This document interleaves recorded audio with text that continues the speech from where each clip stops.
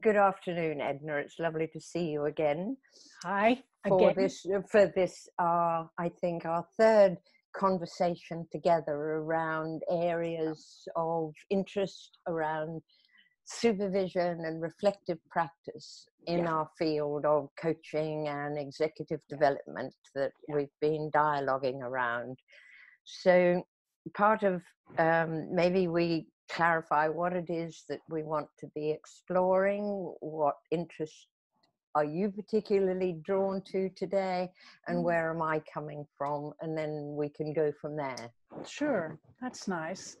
You and I have been talking anyway this last while. Of course, we are always doing that. And I think one of the things that has kind of struck me a little bit out of some of our conversation is how there are sometimes misconceptions about what supervision actually is and what it does and all of that. So that's a little area I would maybe like to look at with you today, and I hope that'd be interesting for the people who are watching this. Yes, that sounds terrific. Perhaps to add to that, one of the questions that I seem to be getting asked, and it may tie in with whatever misconceptions or misunderstanding there is the big question that I find supervisors are asking is, why don't coaches come to supervision? And as you know, this is a question that you and I were asking, dare I say it, possibly even 20 years ago, or even 10 years ago. And I'm curious that we're still asking that question. Yes. And how much it needs to be asked, really. Yes. I think you're right. Do we need to be asking the question, or do we need to be expanding the dialogue, the conversation, to enable people to understand who are served by the supervision and the practice, rather than perhaps the practitioner who wants to get a supervisee? Yes, I think that's a bigger conversation. And I think what it brings into focus for me is a couple of things. One is that I always want supervision to be by invitation. I want, a coach, a leader to choose it as a way, as part of their CPD portfolio, a way, and a very potent way, to increase their capacity and to be resourced. And so actually getting out a dragnet to draw people in just really doesn't appeal to me. I think so many of our coaches now, and we're talking really probably mostly about coaches, they're pretty smart about the kinds of the blend of the various ways they find development, they find resourcing. And a lot of them happily are choosing supervision. And I think it's because it's potent. It's also joyous. I think I want to say that, because I think a conversation about learning is joyous.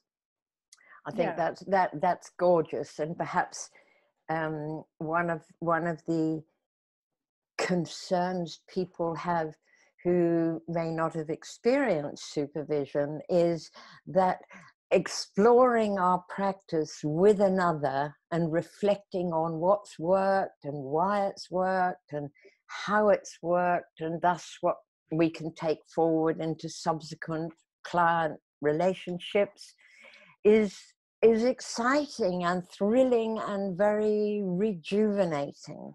Yes. And for me, there's something about how turbulent a world we are living in, and how do we as practitioners resource ourselves to be able to be of best service, to be fit for purpose.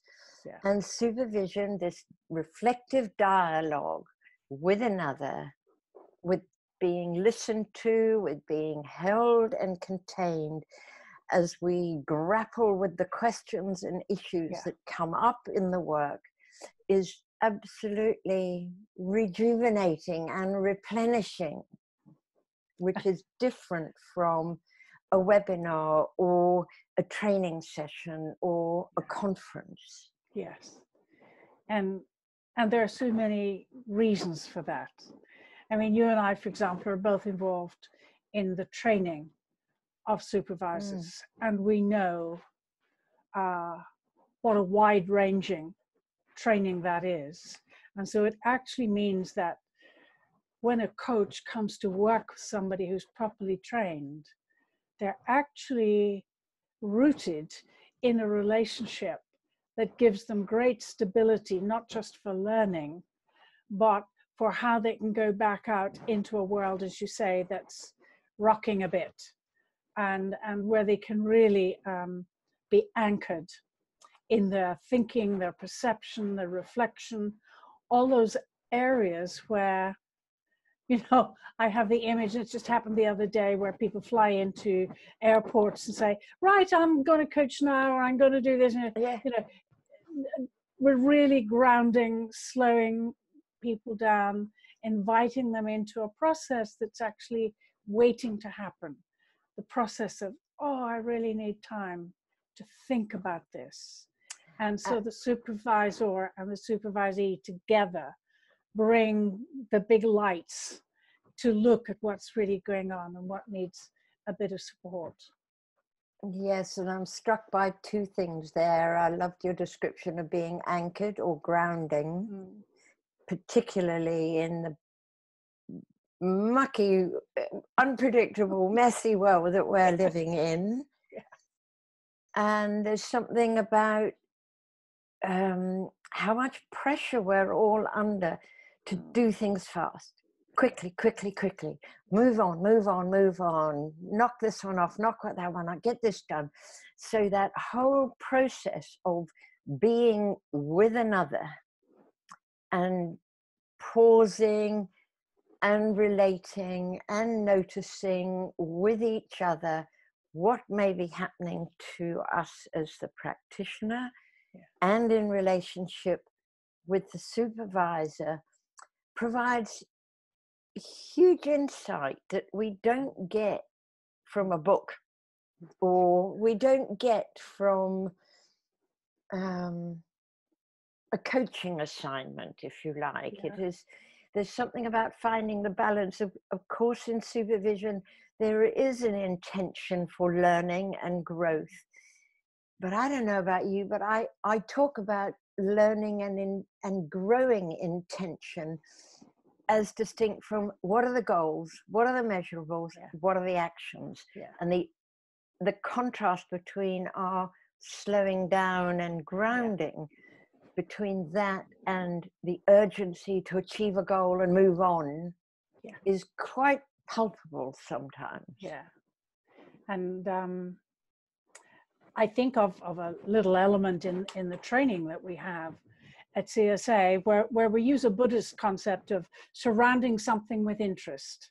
Nice. So, you know, the coach says, oh, this has happened, that has happened, not sure what's going on there. So we put that theme, that conversation, whatever it is, in between us, and we kind of walk around it from many, many angles. And the thing you're really talking about also implicitly is the various lenses that supervision brings to bear on one event. You know, it could be, I had a rotten chemistry session with somebody, and I thought, why didn't I get that piece of work? Yeah. So in supervision, you know, we can just go around all the angles that pertain to that inquiry. And I think, you know, I think one of the gorgeous things for people who've been in supervision for quite a while is that they learn to do this more and more for themselves. Yes. That they actually develop an internal toolkit, if you like, that enables them to reflect much more quickly. I don't mean speedily, I mean to go to a reflective place more quickly when they're considering their work. And I think that's a really important point about going to a reflective place, because I'm finding more and more part of my conversation with supervisees is how are we resourcing ourselves by slowing down, by reflecting, by walking in nature, by resting, by engaging in meditation, or we're both recurring with this notion of slowing down and having different perspectives, which when we're moving fast, I was with a client the other day and they were talking about, I think they'd been on a bike ride or they were going on a marathon type trek, and there was a sort of a relentless speed about them not having time to sit on a bench and look at the view and say, I wonder what's been going on. And that has a very different feel to what's the tool I need to use with this client. And I think, you know, contemporary brain science, anyone you speak to in neuroscience, neurobiology, really underlines the importance of getting right down into the slower brain waves so that different parts of the mind can actually function. Otherwise, we're led only by the neocortex. So that when you and I, for example, are slowed down appropriately in our sessions with supervisees, so much more can arise, can emerge, because we both attend with everything that's up here, but also with the heart, also with the gut. And all of that, of course, is connected up. So there's a kind of embodied presencing, if you like, which really takes that level of attention seriously, attending through all the layers, so that quite literally our brain waves slow down. But that's when you know, the excitement fires off. That's when the ideas come. Oh, you know, and supervision would certainly claim that territory and claim that level of practice, that in the conversation we encourage each other to go slowly, to allow more to arise. And where I go with that is something around, often coaches come to supervision saying, I wish my client would go deeper. Yes. Yeah. And I find myself gently inquiring, so what do you need to enable you to go deeper? Yes. And maybe there's a sense of those who have been in supervision, you must have found this, the coaches or even us as supervisors in supervision say, well, until we've been in it, we don't know what it is really. So how can we explain it in a way that actually paints a picture of peaceful inquiry rather than achievement, goal-orientated action? And that may be an element of it, but how can we invite our client to go deeper if we're skimming the surface to get from A to B to C in 60 minutes in a coffee shop before we go on to the next one, which is the world that we're living in? Yes, yes, because everything, as we have said before, you know, everything is so connected and so interdependent. And so I think it's very conscious on the part of supervision. It's a very conscious move to slow things down and to allow more to arise, and therefore to disconnect from the prevailing climate very deliberately. And interestingly, what is starting to happen, and I know you and I have talked about this, is that senior leaders are also wanting this time because they're running around very fast, action-orientated goals, deliveries, ROI, KPIs, urgent, competitive, whatever. And that facility and opportunity for them to sit and be heard without them having to prove that they can do what they're doing, and think aloud in relationship with another, a containing other who can listen to them and allow them to process their concern, their fears, their anxiety, their tensions, and their success. Exactly. And this whole idea, I'm finding more and more folks are talking about the notion of executive reflection. Yeah, exactly. As opposed to coaching. Mm-hmm. And there is a different flavor to it. There's a different emphasis. Mm-hmm. And it's, I guess I'm aware I'm repeating myself. There's a rejuvenation there. Mm-hmm. I think that so. We need. We absolutely need. And we're certainly finding on our programs that we're getting more leaders. I actually interviewed somebody yesterday for the London 2020 program who has no interest in becoming a supervisor. No. But who already finds that her coaching skills, which are considerable, that she uses with the leaders she works with predominantly, are no longer enough for what they are meeting. And she's someone who's in supervision a lot herself, so she really understands. And so, you know, I think people are really getting it, that this kind of practice serves a variety of professionals and professional situations, really quite a profound way. And building on that, I too had a client the other day from Southeast Asia who was saying, what's my next stage of development as a practitioner? Very experienced, working at senior level in big global organizations.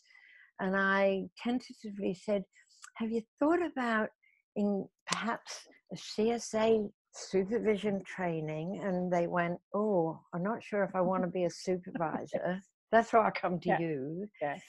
And I said, no, it's not to become a supervisor, but it's to develop a way of working and a way of being with your client that is different and deeper and more exploratory, and thus more developmental, both for you as a coach and for your client as a leader who, as we know, moves through different stages of adult development, as hopefully we all do. Yeah, absolutely. And even, you know, as you say that, I think of the absurdity of reducing this practice to something that's kind of merely psychological, you know, whatever its beginnings. I think, you know, supervision, as we know, has been going for about 20 years now, and it has developed a worldwide literature and conferences all over the place.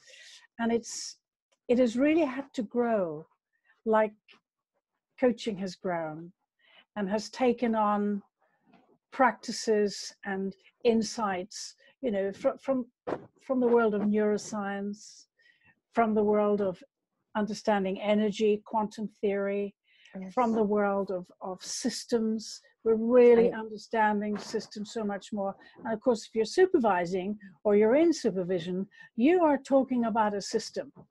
Yes. You can't not. So, you know, it is much, much more sophisticated now than it ever was, you know, when we began. And so it's one of those ways in which I really resented being reduced to it's about psychology.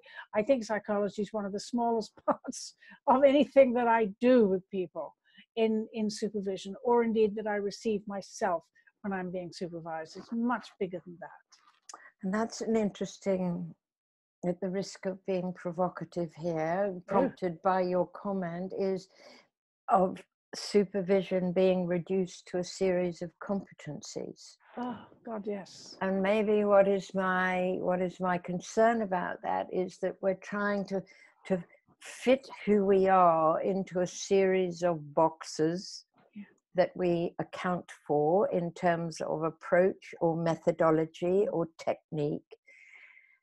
And more, I mean, it comes back to your original trademark of CSA, which is who we are, is how we practice. And unless we're looking at ourselves, not as a toolkit, but as a whole person and the breadth and depth of our highs and lows of lived history and experience, that enables us to bring a uniqueness to the relationships and our capacity to be with another as they too are exploring and wanting to understand themselves better so that they can be more connected in the world. Yeah, absolutely. I almost cannot add to that. You've said it so strongly and so well.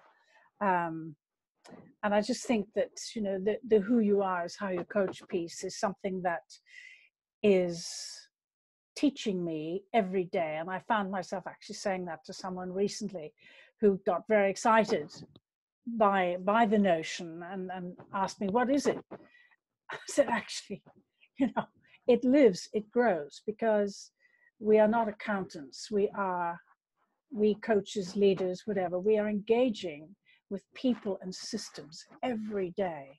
In constant movement, I think, is where that takes me. There's something about, I remember my Tai Chi teacher said to me once, I will never be the same after this exchange with you.